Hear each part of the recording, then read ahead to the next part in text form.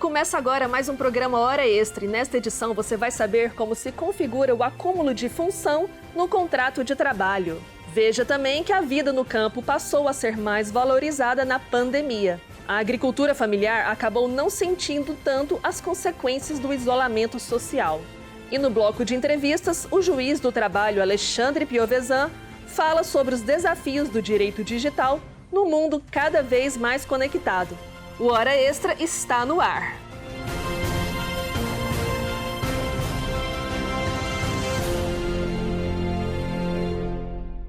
Para quem mora no campo, o isolamento social não é tão difícil. Além do contato com a natureza, a comida é fresca e saudável. Nessa matéria, vamos contar a história de um casal que sempre viveu do que planta e, para eles, a renda e a rotina não foram afetadas pela pandemia.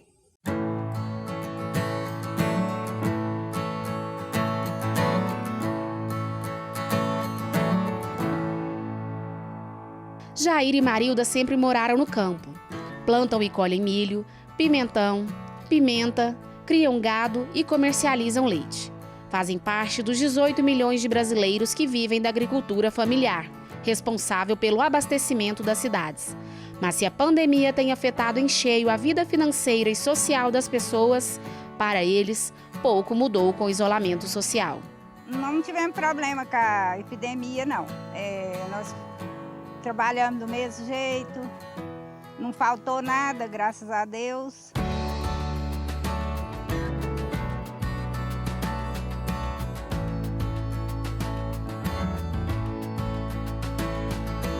E depois de um dia de trabalho pesado, eles contam com o frescor da tarde e uma paisagem reconfortante para descansar.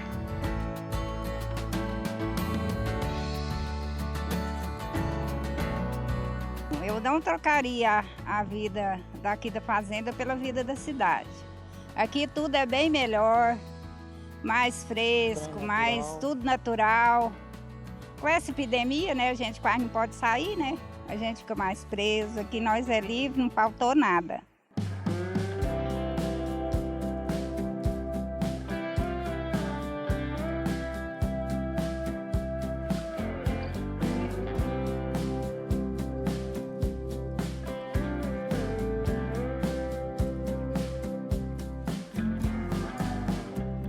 Trocar o meio rural pela cidade sempre foi a opção mais comum. Porém, com a pandemia da Covid-19, isso mudou. E Julieta, cansada da cidade grande, resolveu vir para o campo passar com seus amigos este momento difícil que estamos vivendo. Eu saí da cidade porque eu estava assim, cansada, porque eu moro em um apartamento e sou aposentada. E na roça tem mais liberdade, o ar é mais puro, levanto, faço caminhada. Então, fica uma vida mais saudável.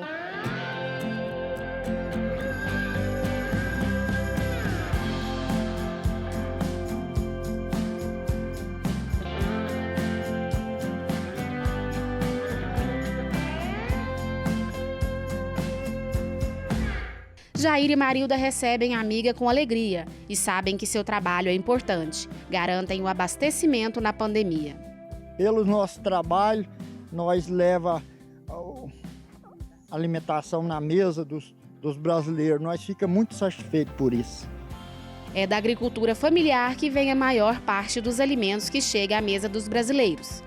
Ela não é uma agricultura voltada para exportação, mas muito voltada para nosso consumo interno, para produzir alimentos frescos, in natura e mais saudáveis.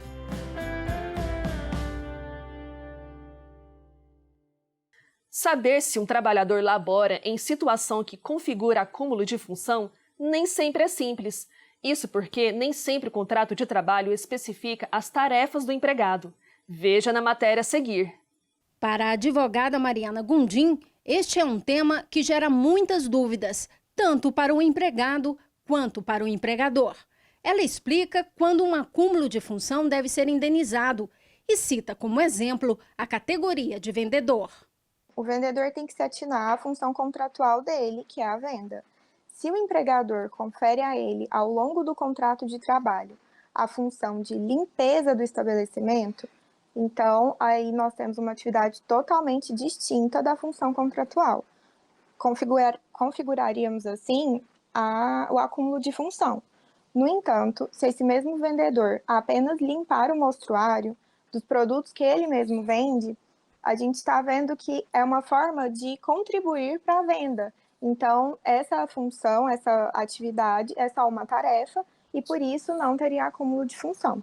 O acúmulo se caracteriza pelo desempenho de uma função que extrapola o que está acertado no contrato de trabalho. Ou seja, quando o trabalhador, além de realizar as atividades para as quais é pago, assume responsabilidades diversas, sem, no entanto, receber a mais por isso. Várias categorias fazem questionamentos. O empregado doméstico é uma delas. O empregado doméstico que faz a limpeza da residência do seu patrão, ele eventualmente pode realizar alguma atividade como cuidador, como babá, sem que isso caracterize um acúmulo de função.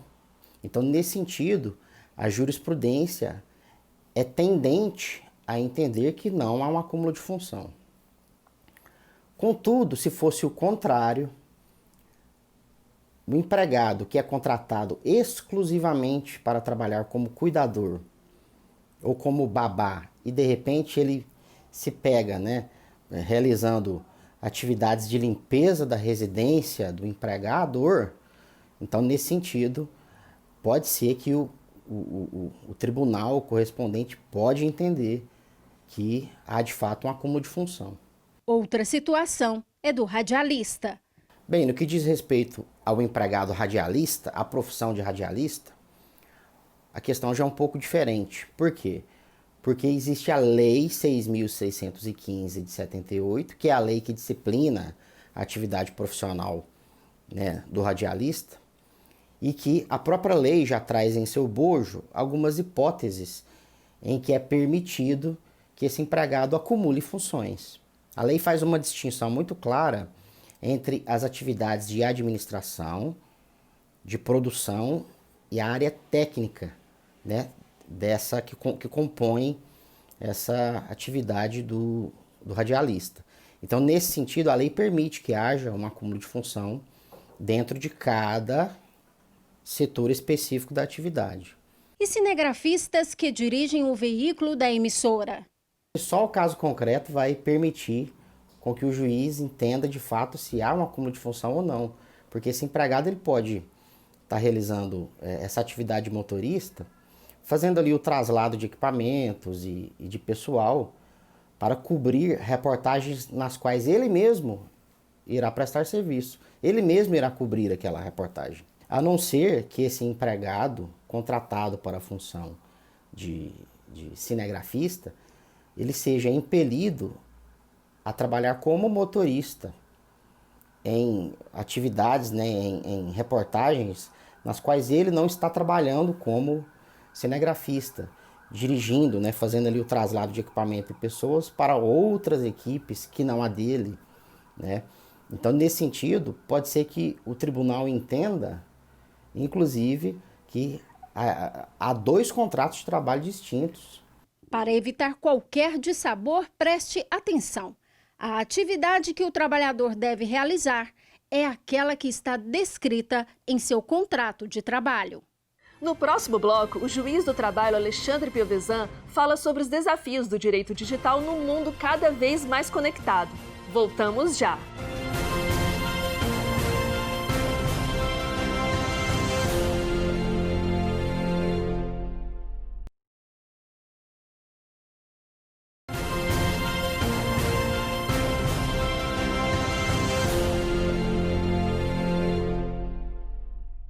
Em um mundo cada vez mais conectado, o direito precisa evoluir para incorporar os desafios e possibilidades da comunicação em rede. Estamos falando do direito digital, uma releitura do direito tradicional frente aos impactos da internet na sociedade. Mas afinal, o que é e quais são os desafios do direito digital? Quem responde é o juiz do trabalho Alexandre Piovesan. Seja bem-vindo à Hora Extra, doutor Alexandre. Obrigado pelo convite, Lídia. Bom, conforme a tecnologia avança, surgem novos questionamentos éticos e problemas que precisam ser resolvidos nas esferas legislativa e judiciária. Esse é o papel do direito digital? O que é o direito digital? Bem, veja, Lídia, o direito, apesar de ser uma ciência humana, né, uma ciência empírica, ele cada vez mais flerta com outras ciências. Nós temos, por exemplo, o Instituto da Jurimetria, né, que é a aplicação da matemática ao direito, que começou na Universidade de São Paulo alguns anos atrás. E hoje nós temos uma necessidade também de adaptação, por exemplo, do direito com a tecnologia. O que seria o direito digital? Seria a aplicação da ideia da internet das coisas, ou seja, o mundo disruptivo em que tudo está interligado, dentro da ciência jurídica. Doutor Alexandre, e o Poder Judiciário está preparado para resolver os problemas atuais e futuros das relações da tecnologia com o direito? Veja, Lídia, existe uma necessidade de adaptação e, consequentemente, não há como falar o contrário, o novo assusta. Mas o Poder Judiciário tem, a meu ver, lidado bem com a tecnologia. Veja, quando surgiu o WhatsApp, nós começamos a ter intimações via WhatsApp, né? Temos o processo judicial eletrônico, temos no Supremo Tribunal Federal uma inteligência artificial, que é o robô Vitor, que filtra ou faz mapeamento de processos relacionados a temas de repercussão geral. E hoje nós temos um novo desafio, com a pandemia, das audiências telepresenciais. E por que não começar a utilizar as técnicas de direito digital também na instrução do processo, não só na realização do ato? Exatamente essa pergunta que eu faria. É possível utilizar a tecnologia disponível na instrução de processos? Lídia, eu vou te dar a resposta com base em argumentos históricos. Em 1940 começa a surgir, nos Estados Unidos, com o FBI, a técnica de mineração de dados. O que era essa técnica de mineração de dados? O FBI, investigando ou tentando traçar estratégias bélicas, estratégias sociais, estratégias políticas, econômicas frente à Segunda Guerra Mundial, começou a fazer mapeamento e levantamento de dados abertos, né? Publicados tanto na Alemanha como nos demais países da Europa ou no Japão, de modo a partir daí, criar essas estratégias que eu comentei. E hoje esse contexto se insere na ideia de Open Source Intelligence. O que é isso? Utilização de dados abertos para que, a partir desses dados abertos, lógico, o profissional do direito possa ter um auxílio no curso da instrução dos processos ou na atividade probatória, que é de fato o coração do processo. E essa utilização de dados abertos não viola a proteção de dados? Nós temos uma Lei Geral de Proteção de Dados que entrou em vigor recentemente. Lídia, veja só como isso é curioso. Nós temos doutrinadores, filósofos atuais da psicopolítica que dizem que a proteção de dados já nasceu obsoleta. Por que ela já nasceu obsoleta? E, óbvio, sem prejuízo à necessidade de proteção dos dados, como eu até tive a oportunidade de conversar aqui na hora extra em outro momento. Mas ele fala que ela é obsoleta desde a criação, porque hoje em dia as pessoas concordam ou elas publicam, elas expõem a sua própria vida sem que haja uma coação direta ou indireta de qualquer rede ou de qualquer aplicativo nesse sentido.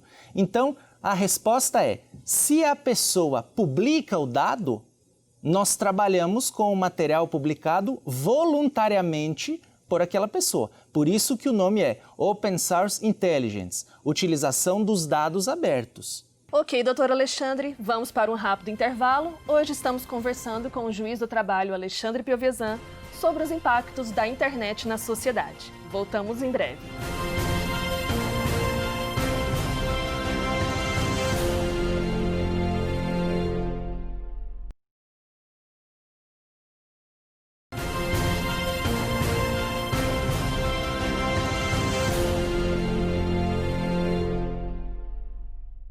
O Hora Extra está de volta. Hoje estamos conversando com o juiz do trabalho Alexandre Piovesan, presidente da Associação dos Magistrados da 18ª Região.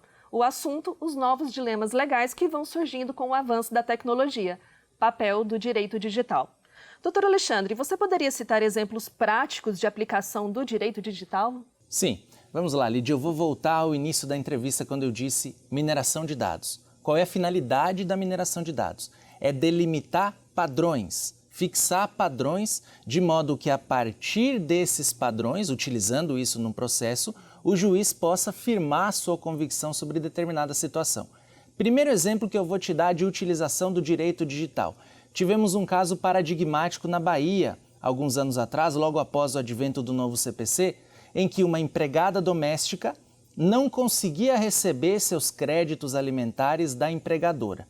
E ela trabalhava numa casa que era uma casa grande, a família vivia em uma situação de verdadeira opulência, mas quando o juiz investigava o patrimônio, ele não conseguia encontrar valores suficientes para saldar o crédito daquela trabalhadora. O que o advogado dela fez? Acessou o Instagram da família e viu que frequentemente a família viajava para o exterior e postava fotos viajando no exterior. A pergunta é, quem viaja para o exterior tem condições de pagar uma verba rescisória ou quaisquer verbas trabalhistas da empregada doméstica? Por óbvio que sim. Com base no 139.4 do CPC, que é aquele artigo que fala que ao juiz é lícito utilizar todas as medidas indutivas, coercitivas, mandamentais e subrogatórias para assegurar o cumprimento da decisão, ele pediu ao magistrado não bloqueio de conta, não penhora de qualquer bem. Ele pediu simplesmente que fosse retido o passaporte dos integrantes dessa família.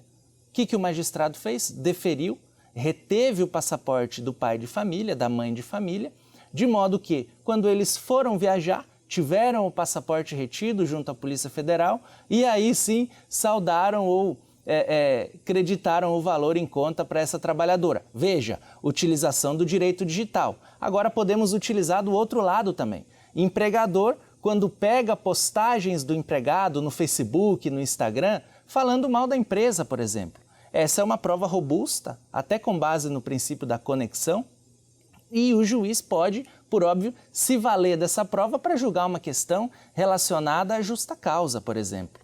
E no caso pode ser útil, então, para ambos os lados. Sim, pode ser útil para ambos os lados.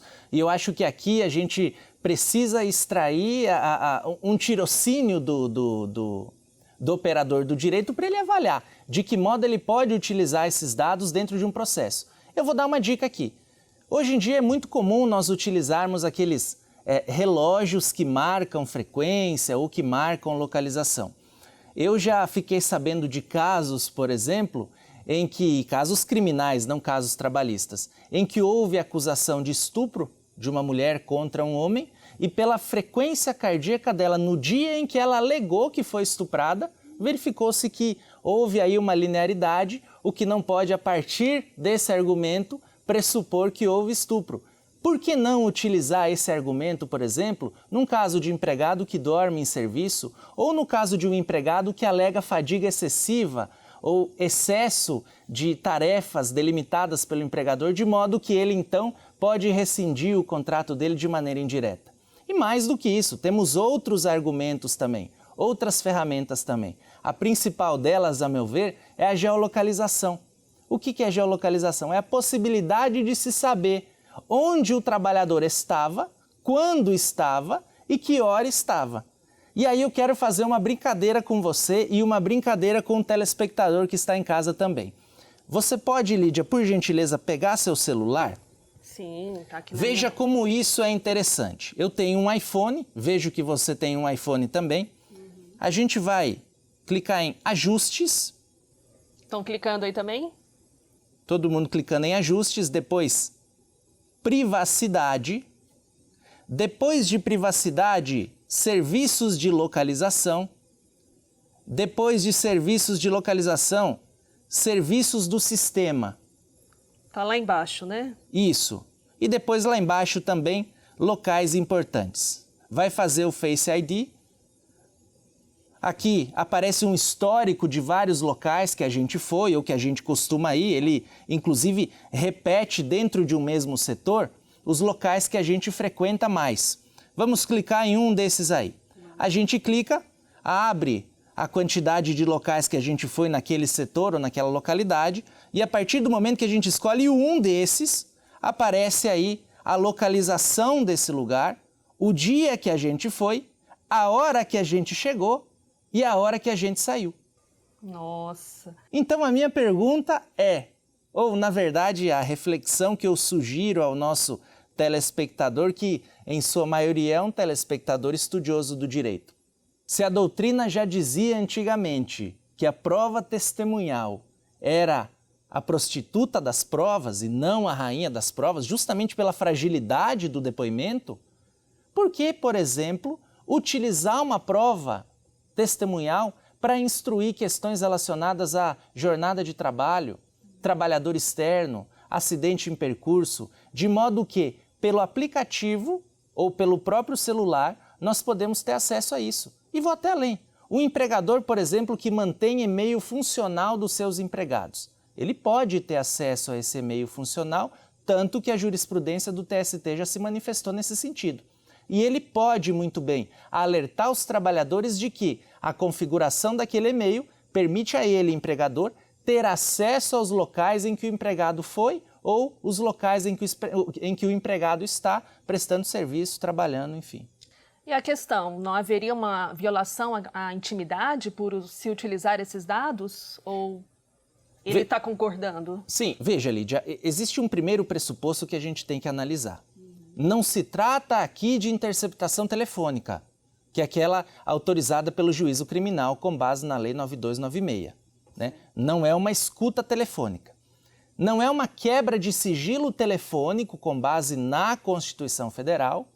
Por quê? E isso o juiz do trabalho pode determinar, porque nós não temos acesso ao registro de ligações de quem está usando o aparelho, de quem está usando o telefone. E aí a gente parte para um segundo ponto, que é o ponto da boa-fé processual. As partes não têm com o novo CPC, que trouxe a ideia de processo constitucional, de iluminismo processual, formalismo valorativo, de modo que, lá nos princípios fundamentais, do artigo 1º a 12, um dos artigos fala em dever de lealdade e transparência na relação processual. Isso quer dizer o quê? Que o dever de lealdade e transparência pressupõe uma relação processual rígida.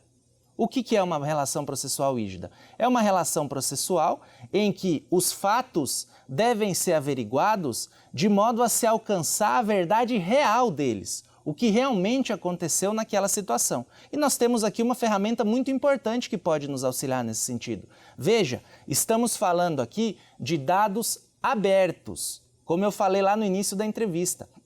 Dados que qualquer pessoa pode ter acesso. Dados que o empregador pode ter acesso, tendo e-mail funcional, configurando esse e-mail funcional para saber de onde o trabalhador está trabalhando, dados que o trabalhador pega e posta nas redes sociais, dados que o empregador posta nas redes sociais. Então, qual é a quebra de sigilo aí? Se existe uma concordância, até um ato voluntário de publicar esses dados, por que não o juiz, que é membro do Poder Judiciário, que tem o dever de resguardar a rigidez do processo, a dignidade da justiça, não pode utilizar esses argumentos para decidir? Ou seja, usar esses dados para um bem maior, a solução dos processos. Né? Exatamente, para um bem maior a solução dos processos. Tanto que isso já é visto pelo CNJ, a necessidade de aproximação do direito com a tecnologia já é vista como uma frente do Conselho Nacional de Justiça. O ministro Fux, já divulgou aí uma plataforma digital única do Poder Judiciário e certamente o CNJ vai trabalhar em cima disso. Mas, analisando toda essa questão à luz da Constituição, a Constituição não determina que devemos agir em prol do desenvolvimento nacional? Isso é desenvolvimento. Tecnologia é necessariamente desenvolvimento. E mais do que isso, é acesso à justiça. Bom, diante de tudo que a gente conversou, uma palavra sobre o futuro do direito digital. Olha, o futuro do direito digital é adaptação. Eu vou terminar com um estudo de recursos humanos aqui. Antigamente as empresas contratavam com base no coeficiente de inteligência, o QI.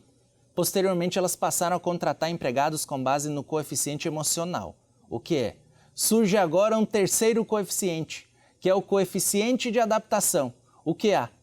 Se existe isso no mercado de trabalho e se a tecnologia é tão disruptiva a ponto de nos jogar a passos largos para o futuro, há uma necessidade de nossa parte de nos adaptarmos frente a essas novas mudanças. Então temos aí a capacidade de adaptação como uma grande qualidade do trabalhador do futuro. Exatamente. Muito obrigada pela entrevista, doutor Alexandre. Eu que agradeço, Lídia, sempre uma alegria estar aqui e sempre à disposição. Bom, o Hora Extra fica por aqui. Hoje nós conversamos sobre o direito digital com o juiz do trabalho Alexandre Piovesan. Obrigada por sua atenção. Não deixe de acompanhar mais notícias do TRT de Goiás pelo portal, pelas redes sociais e pela rádio web. Até a próxima semana.